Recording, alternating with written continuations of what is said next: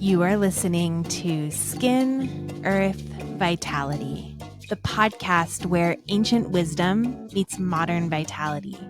If you are seeking to reconnect with your innate vibrancy, you're in the right place. I'm Emily Davis, a seasoned holistic esthetician and herbalist. Join me as we unlock the secrets of ancient skincare practices, explore the beauty of seasonal and nature-based living, herbalism, and true holistic well-being for you and the broader ecosystem.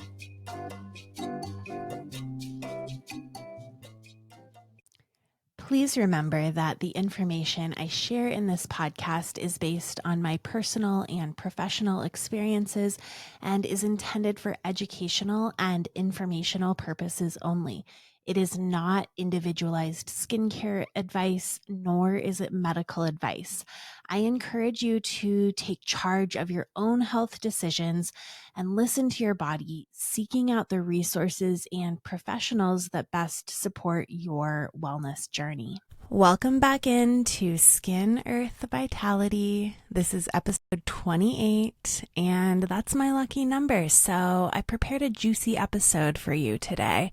I really want to talk about the importance of introducing the idea of sacred daily practices or sacred habits or sacred rituals that you incorporate into your life on a daily basis, and why I feel that these lifestyle pieces are so foundational for true vibrancy and true vitality. If you've been following me for any amount of time, you will know that I often talk about skincare being the final piece in a journey towards achieving skin health or maintaining skin health. And it's really about your lifestyle. Skincare is the icing, lifestyle is the cake. And today I really want to talk about the lifestyle because I do feel that what we're doing consistently on a daily basis is what makes up the building blocks of our health and our life. So when I talk about sacred, I'm not referring to like a religious relic in the traditional sense, but instead I'm using this term to describe elements of your life that feel deeply meaningful and special to you. And all of this is coming from my increased interest in Ayurveda recently. And what I find really special about Ayurvedic practices is the incorporation of daily habits and daily rituals, and then also bringing mindfulness to those daily rituals. I recently finished the book that Margaret James recommended on the show a couple of weeks ago called Happy, Healthy, Sexy. And this was like a modern woman's manual to ancient Ayurvedic practice. It made such a remarkable impact on the way that I've been living my life recently. I've incorporated a lot of the frameworks that she talks about in the book, as far as morning routines, evening routines.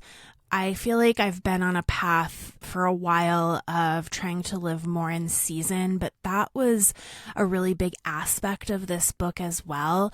Understanding your particular energetic constitution of your body, and then also living appropriately with that, and then also living appropriately in accordance with the nature of the outside world happening around you. I also just finished a book called Rewire, which the description of that book calls it your neuro toolkit for a good life. And Rewire broke down how we can use neuroplasticity, or the fact that our brain is malleable like plastic, to our advantage.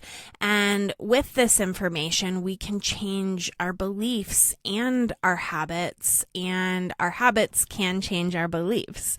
So both were fantastic books.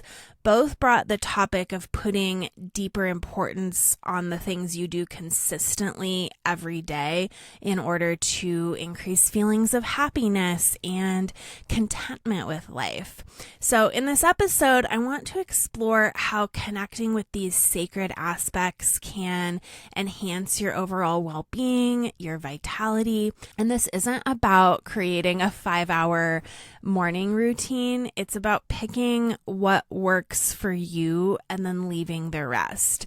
Of course, there are some listening who are in a season of life that can start to adopt all 12 into their life. And then there are some people listening who are in a season of life that one is a great place to start, and incorporating one will make a big difference in your life. So again, take what you like, leave the rest. So let's get started and uncover how embracing the sacred can transform your life and help you shine with vibrancy and vitality. Mindful rituals are about engaging in everyday activities with awareness and intention. My invitation to you is, as I talk about each of these habits and how they can benefit you, I would invite you to think about how you could incorporate them into your life, how you can schedule them into your life, but also how you can take them and bring some intention and mindfulness to transform them from the mundane to the sacred. My first one is grounding or barefoot walking. And this is just walking barefoot outside on grass, sand, soil. So this is such a beautiful practice because with the awareness that we are beings of electricity with electrons constantly flowing through our body, and the earth acts as a natural grounding source, and when we make a direct contact with it, our electrons can flow freely and stabilize. So because of the invention of rubber sole shoes, we have this lost connection with the earth, with our grounding source. And benefits of grounding include pain relief, improved sleep, reduction in cortisol, improved immunity, reduced anxiety, improved energy, improved mood, improved wound healing and recovery. And I live in Colorado, and so this is definitely not something that I'm able to do on a daily basis, 365 days a year. But on the days that I am able to do it, it's something that I like to take advantage of. Obviously, I'm not going to go outside and stand barefoot on the ground when there's 3 feet of snow on the ground, but during the summer, during even the winter when it's not a cold day and it's more feasible, it's definitely something that I have found personally great benefit from. My next habit is morning sunlight exposure, and this is incredibly important for both physical and mental health due to its role in regulating our circadian rhythms, boosting our mood, supporting overall well-being. This became really popular lately when the host of the Huberman Show, Andrew Huberman, talked about its benefits, but it's just how we evolved. This is a tale as old as time. It's actually really unnatural that it would take any effort for us to get morning sunlight in our eyes. So sunrise sunlight is so important because it enters our eyes and it sets off a domino effect of hormone release that tells our body to release a slight amount of cortisol. So not a huge spike like we would get if we woke up and opened our phone and looked at that bright blue light that's maybe the equivalent of like a July day at high noon. But the specific rays that we see at sunrise release a slight cortisol rise, and this is what gives us our get up and go in the morning and helps us to not need to rely on caffeine. So cortisol is not always a bad thing. It's a natural hormone. It just needs to be released at the proper times. So getting morning sunlight can also have antidepressant effects. Doing this can also improve sleep at night. It will decrease melatonin in the morning so that we are not as groggy when we're waking up, and then it also makes it easier for us to produce melatonin at nighttime when we need to so that we can get better sleep. I'll do a whole show on circadian health at some point in the near future, because this was actually my New Year's resolution this year, was to really focus on my circadian health, and it's something I've been really fascinated by recently. But for the purposes of this episode, getting outside, greeting the day, and maybe doing some breaths and gratitude while you're catching those rays early in the morning is such a beautiful habit to incorporate every day. And again, sometimes it's -2 degrees outside, and so what I do on those days is I will just open a window and I'll sit with a blanket and just look out the window, look at the sky, watch what's going on outside. And as long as that window's open and you're not looking through the glass that filters the sun's rays, you will be getting that benefit as well. Number 3 on my list is first thing in the morning, oral health practices. So I also talked about this with Margaret James, but tongue scraping and oil pulling is something that I've been doing for almost 10 years now. I think since the introduction of Pinterest. And at this point, I really can't go a day without doing it. It's just part of my brushing my teeth routine. So tongue scraping is an Ayurvedic practice that involves using a metal tool, typically made of copper or stainless steel, and with it you'll gently scrape the surface of your tongue. This helps to remove bacteria, food debris, dead cells, any kind of gunk that accumulates on the surface of the tongue overnight.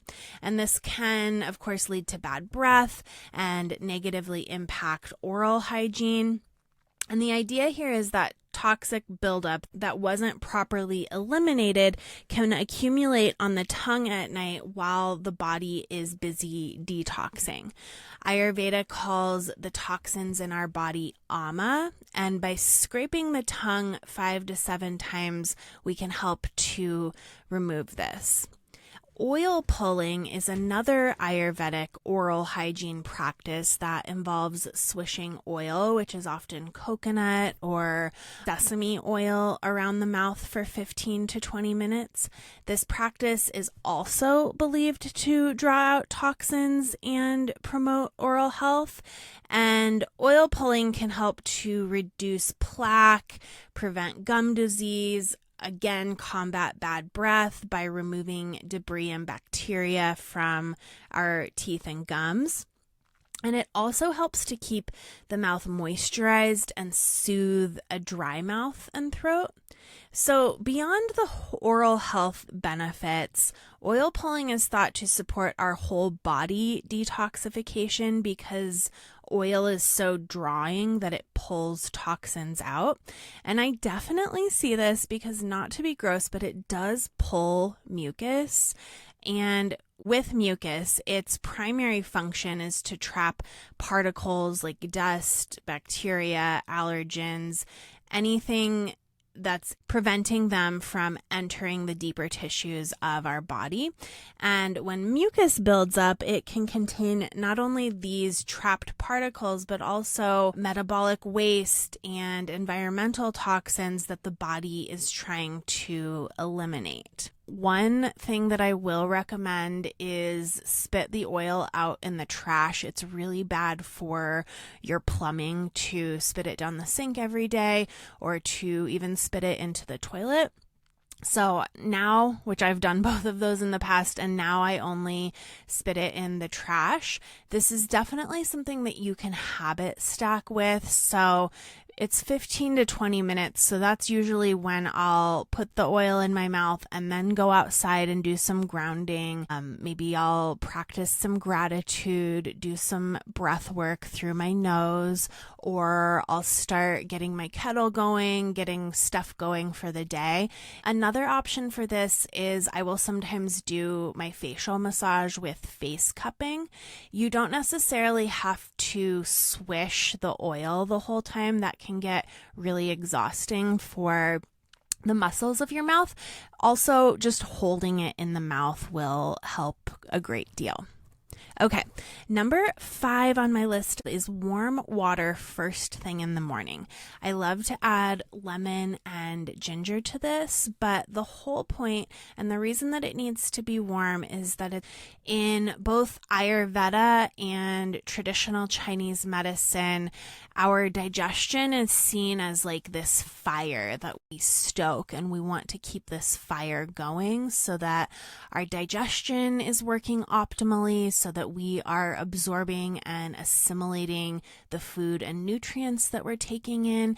And anytime we are putting something like ice cold down our gullet, we are basically pouring water over the fire. That's why ice cream isn't really optimal in both of those practices. Ice water isn't optimal, and this is why warm water first thing in the morning is optimal, so that it can help add fuel to that warm fire that's burning in our digestion. I think of my warm water in the morning like an internal shower.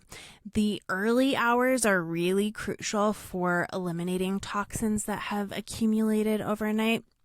So as we sleep, like I said, we're going through this natural detox process, and flushing everything out with warm water first thing in the morning can help with the elimination of all of that. Number 6 on the list is meditation. The benefits of meditation are so incredibly long. I could have an entire podcast dedicated just to meditation. But if you don't have this in your life, I promise it's so much more enjoyable and easy than it may seem. I think for a lot of people, it sounds really intimidating, or they sit down to do it thinking that they need to empty their mind and they can't have any thoughts, or they're doing it wrong. And in Rewire, she talks about how if we are running in a sympathetic state, so our fight or flight, it's going to be harder for us, and it's going to take more practice to get into that parasympathetic state when we're trying to meditate. So notice if that's happening to you. If when you sit down to try to meditate, it feels impossible to calm down, that means that you need to do it more. You need to practice more. And that just means you have to have patience with yourself, and just trying is doing something. When I fall out of my meditation practice, it usually takes me a couple of weeks before I'm really back into it again, but I still just keep coming back every single day and working at it. And then one day I'm like, oh, that was really lovely. What I like to do for meditation, there's a couple of apps that I really like. Insight Timer is one that's lovely. It's free. Some of their guided meditations are a little, the word isn't chaotic, but they're a little like busy for me. And so the guided meditations from Calm, which is an app, and Headspace feel a little better to me personally. But try Insight Timer because it is free. What I really like about Insight Timer is that they have a just timer part of the app. And so you can just put on whatever music you select, or rain or fire, whatever noise that you select from their options. And you can just sit there quietly with yourself. If you prefer a guided meditation, they have thousands of them. They have courses in their upgraded version, which I really enjoy. And then Calm is, I think, like $60 a year or something like that.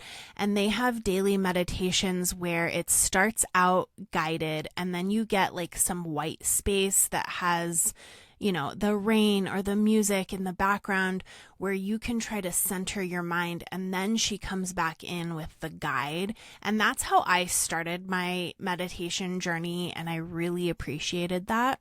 And then, of course, YouTube also has plenty of free guided meditations that you can try out as well.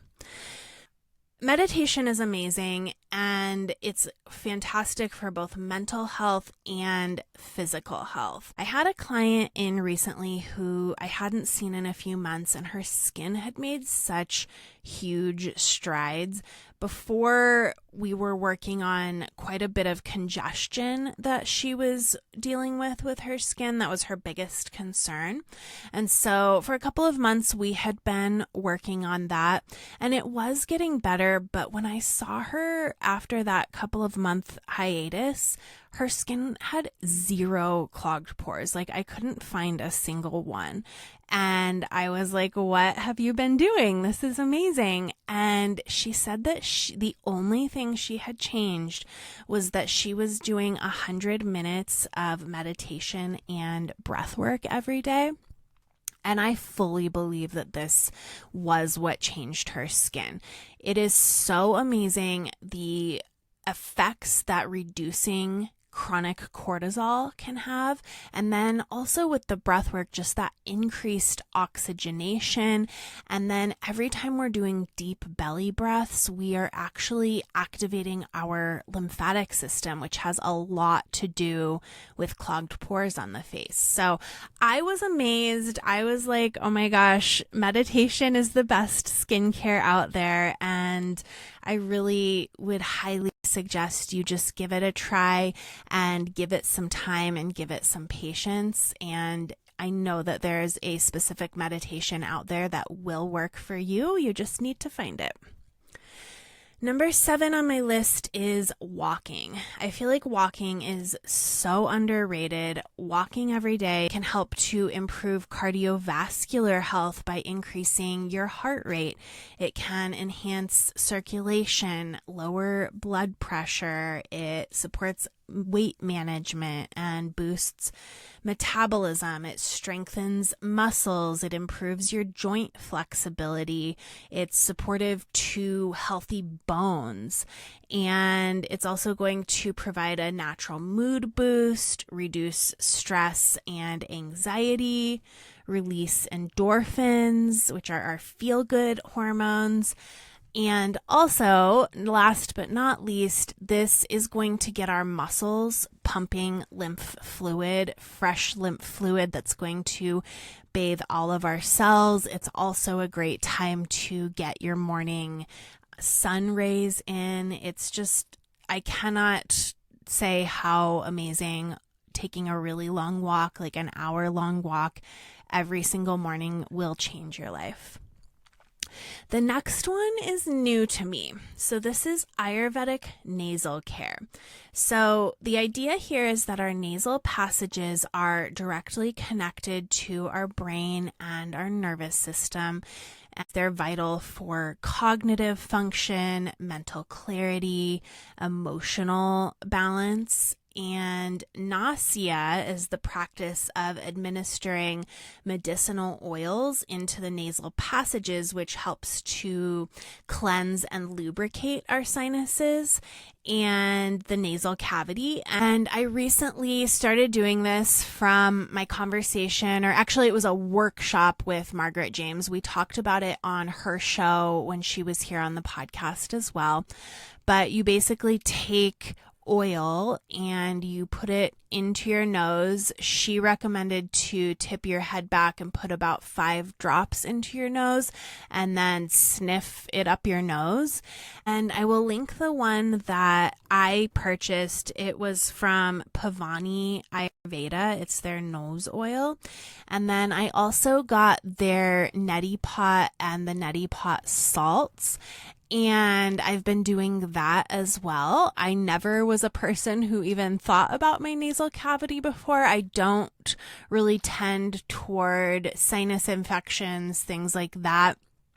But I have been doing the neti pot like once a week just to clear things out. And then the nasal oil like several times a week, I would say. And I've been so into it. I've been really into it for mental clarity. And the first time I tried it, I had a migraine, which is very rare for me, but I could not get rid of this migraine.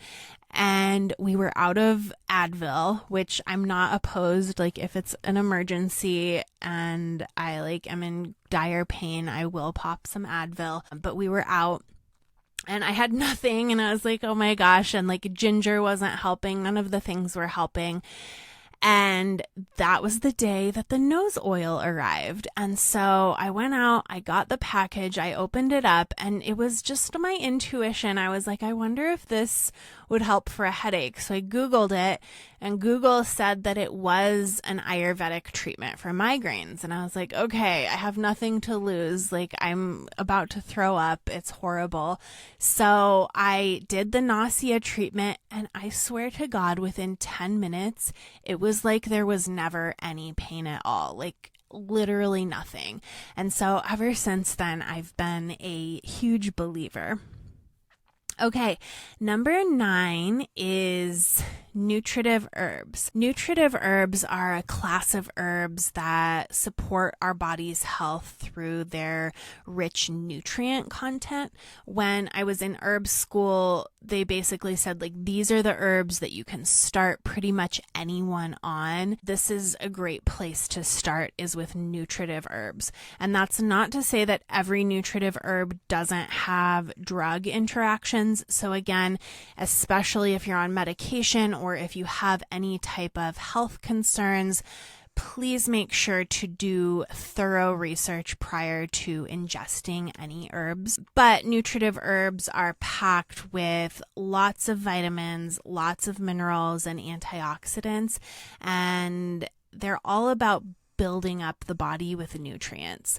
So I will often do some type of a nutritive mineral infusion every day where I take a jar in the evening, I'll boil some water, I'll pour it over my blend of herbs, and then I'll let it soak overnight, strain it in the morning, and then I've got a quart of tea that I'll sip on all throughout the next morning. And I do that after my warm internal shower, my warm water in the morning. Some examples that I love to incorporate of nutritive herbs include nettle, red clover, alfalfa, dandelion, rose hips, red raspberry leaf, oat straw, chickweed, chamomile, gotu kola, hibiscus, and violet. I love all of these. I will generally try to blend some more drying herbs with moistening herbs. So the drying ones will be nettle, red clover, dandelion. And when I say dandelion, I'm using the leaf primarily. Red raspberry leaf and chamomile is quite drying. And then the moistening ones are rose hip, hibiscus, violet, chickweed, gotu kola. So I'll try to blend so that one's not too drying or it's not too dampening on my body.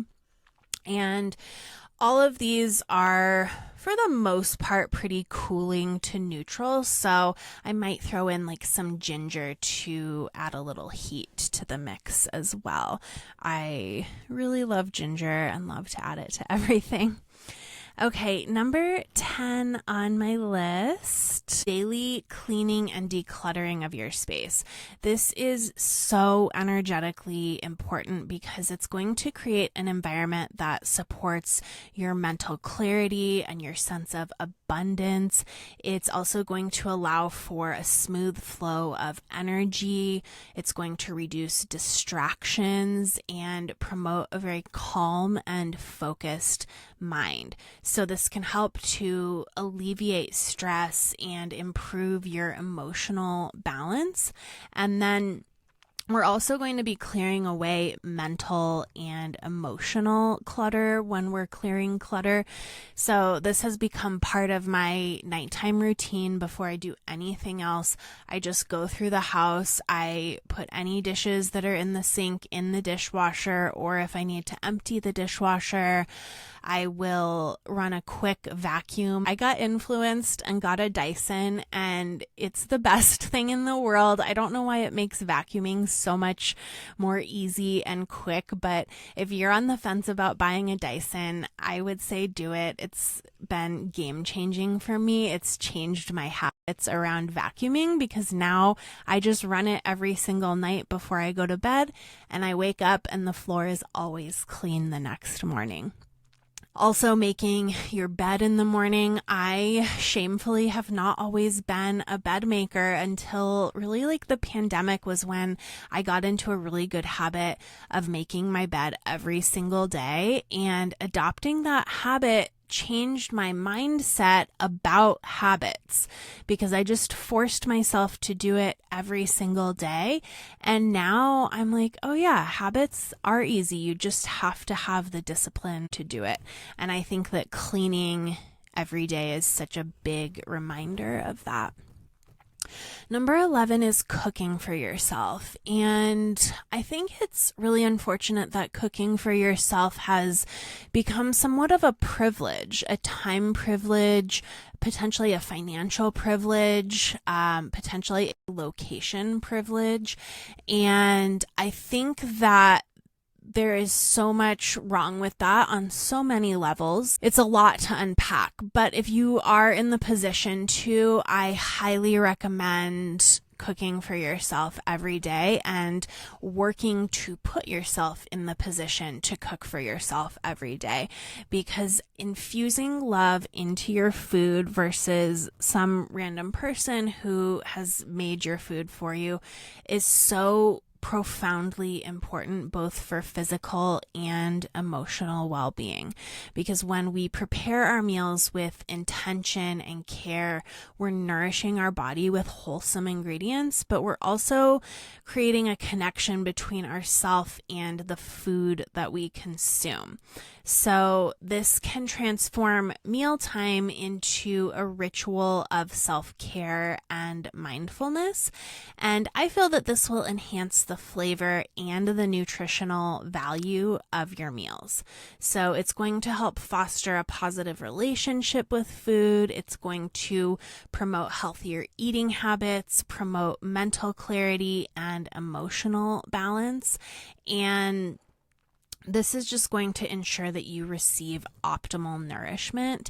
It can also turn it into a community thing, which is so incredibly important to our well-being as humans. So whenever I find myself relying on DoorDash or Postmates too much, I try to take a step back and think about how important it is that I actually take the time to cook for myself. Now, I find cooking to be a very joyful practice, and I think of it like that because it's like a stress relief. I put on some music, I make it a joyful practice. If you're doing it out of frustration or anger, then you're not going to be infusing that food with love, right? So we need to only do this when we're in a place that we feel like we can put love into the food, and just reminding ourselves that this is an act of self-love. The final number 12 on my list is dry brushing and self-massage or body oiling. Dry brushing involves using a natural bristle brush to stimulate the skin and promote lymphatic drainage, which is going to also remove dead skin cells on the surface, improve circulation, enhance detox. This is definitely a practice to do either first thing in the morning or right before you get in the shower in the morning. And then full body oil massage, also known as Abhyanga in Ayurvedic practice, is so fantastic, is so beneficial because it actually reduces cortisol levels, it increases dopamine and oxytocin, it's going to stimulate the immune system, it's going to lubricate and hydrate the joints and the muscles and the connective tissue. In the book Happy, Healthy, Sexy, the author Katie Wilcox quotes the Sanskrit text on Ayurveda, Sharaka Samhita, and it says, the body of one who uses oil massage regularly does not become affected as much even if subjected to accidental injury or strenuous work. By using oil massage daily, a person is endowed with pleasant touch, trimmed body parts, and becomes strong, charming, and least affected by old age. And I just love that. So those are my 12 daily habits. I hope that at least one of them inspired you. Just to recap, we started out with grounding or barefoot walking on the earth first thing in the morning sunlight exposure, oral health practices like tongue scraping and oil pulling, warm water first thing, meditation, walking, nasal care, nutritive herbs in a mineral infusion, daily cleaning and decluttering of your space, cooking for yourself, and then finally dry brushing and self-massage. Your homework over the next week is to find one that you've never tried before and try it for at least 5 days in a row. I will be back next week, and until then, be well.